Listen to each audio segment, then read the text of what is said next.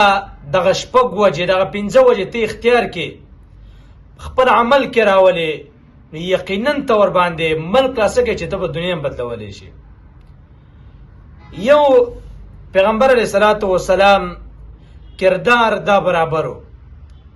کردار څنګه برابرو چې کم د مسلمان سره تړلي اشیاء دي هغه په پیغمبر علیه الصلاة والسلام کې A to Z ټول موجودو.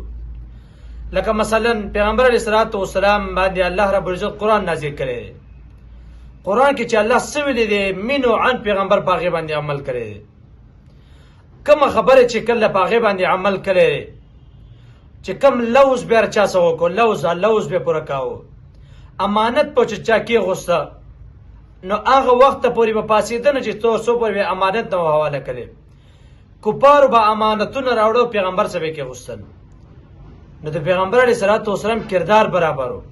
ته اوس په دې وخت کې د مسلمان سره خصوصي کس به خصوصي غټ پټکی به والی یو لوی عالم به ځان ته به لوی انسان وی هغه څه ته امانت کېره وه نو هغه هم پکې خیانت کوي. دغه رنګې عوام خو لا پرېږده. دې وجې نه انقلاب نه راځي ځکه زموږ کردار برابر نه دی. نو اول عمل دا کردار دی چې کردار به ته برابر کړي. د پیغمبر په طریقه باندې عمل کوه. امانتونو خیال ساته. ناسته پاسه د دې خیال ساته.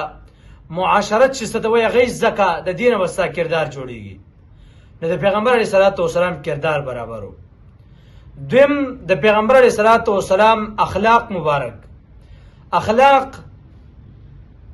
داسې اخلاق له الله ورکړي وو چې پیغمبر علیه الصلاة والسلام به ډېر کم خلکو له دعوت ورکړی دی. په خپله به خلک رالی ایمان به یې راوړ. ولې د پیغمبر د اخلاقو نه به متاثر کېدل. نن زمونږ اخلاقو ته وګوره اخلاق چرته دي. یوه خبرې نو دویمه کنځلي دویمه فضول خبرې. دې وجې نه اخلاق زمونږ برابر نه دي. نو دریم پیغمبر علیه الصلاة والسلام بهادرو. شجاعت تمام شجاعت په نبی کریم علیه الصلاة والسلام کې راجمع شوی و. انتهایی بهادر انسان. داسې بهادر تاسې وګورئ چې په دې مخ د ځمکه باندې انقلاب راوستی دی.